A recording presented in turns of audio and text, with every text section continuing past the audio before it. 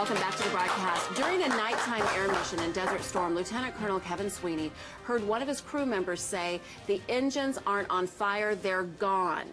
Can you even imagine? Would you freeze at this horrific declaration or respond like you've been trained to? Well, as we recognize those who have served in our military today, we're going to find out what decision Kevin Sweeney made and what you can learn from it. Good morning. Thank you for being here. Good morning. Thanks, Lisa. Okay, tell us what happened.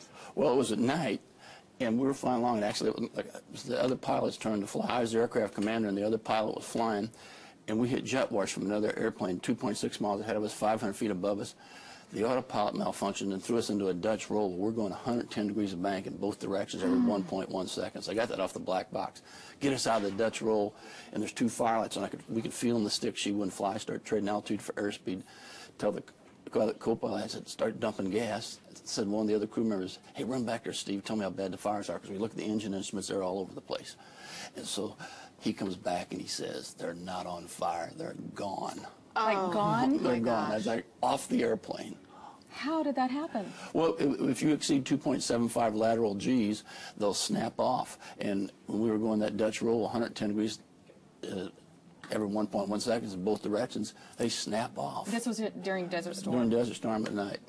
Oh my gosh, and here you've told that story, and not once did you say, "I was scared to death." Well, you can't allow yourself to get scared.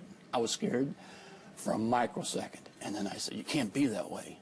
And I never got scared till my feet were on the ground again. Then I allowed myself to get scared, but in the interim, you can't get scared. You got to go back to your training and do what's right. And you've been teaching people now how to use some very simple, basic principles to make sure that if they're ever in a situation, obviously not one like this, but something that's they would normally be fearful in, they know how to handle it now. Oh, yes. I mean, the military is trains you very well. And one of the things I always train you is proper preparation. Expect the unexpected. The flight crew is one of the few occupations that practice for the worst day. And so when that happens to you, I knew this day was coming. Right. Because we practiced, go to the simulator, practice losing an engine. I'd actually landed on 2 engines in the simulator before. Now, they weren't gone, but so I knew I could do it. Right. So give us, you outlined some steps in your book called Pressure Cooker Confidence, and I feel like anyone in business needs to use this if they are, you know, in any sort of negotiation or any kind of situation that that they really can't see the light at the end of the tunnel. You've got some good tips. What are they? Well, proper preparation, what we talked about, being ready for the unexpected and practice for that worst day. Then have the passion for what you're doing. You got to really love it, and you work on it. And then focus on what you can control, not on what you can't control. Ignore the immaterial. And when I look back on that flight, that ignore the immaterial was one of the most important things our whole flight crew did. We focused on what we had, not what we didn't have. Then how to be that great teammate. That teammate that everybody, all your colleagues, all your customers covet. And then have that self-confidence. I'm not talking about that cocky Top Gun confidence so much. Right. I'm talking about really that charismatic confidence that everybody wants to be on your team. And you're confident because you actually know what you're doing. You know what you're doing, and you're prepared for it. You're ready to go.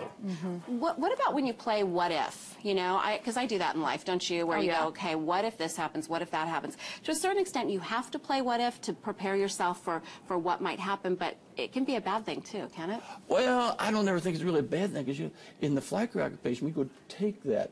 American Airlines, Southwest Airlines, they go take those simulators, their pilots and flight crews, their flight attendants, so that it's not a shock to their system when something goes wrong. And you do that, all that what if. You practice losing engine, losing hydraulic pressure, losing cabin pressure. What's the flight attendant going to do if we lose cabin pressure? How are we going to make an emergency landing? What's the flight crew going to do if they lose an engine? So that everybody knows it. So when that happens to you, you go, okay, I knew this day was coming. This is my opportunity to show everybody what a great asset I am to my organization. And this has not happened again. This accident has not happened again to this kind of plane ever in history. No, and I hope it doesn't to anybody else, because it was a little sporty, let me tell you. But we made it. It was a 4-person job. Everybody on the team had to do their job and to get us back safely, because it took us an hour and 15 minutes from when it happened to get back to a base where we could land. That's incredible. Thank you so much for sharing your story, and I know a lot of people out there are going to be picking up this book because it seems to me to be a real good sales tool when you're in the business world too. Thank you for your service too. Oh, my pleasure. All but one flight. I'd skip one flight, but I'd do the rest of them all again. Thank you so much. Again, the name of Lieutenant Colonel Kevin Sweeney's book is Pressure Cooker Confidence. You can get more details from his website at thebroadcasttv.com. All right, with the holidays fast approaching, it's a good time to stock up on beverages for all your visitors. So see what beers pair with your holiday meals and impress your guests.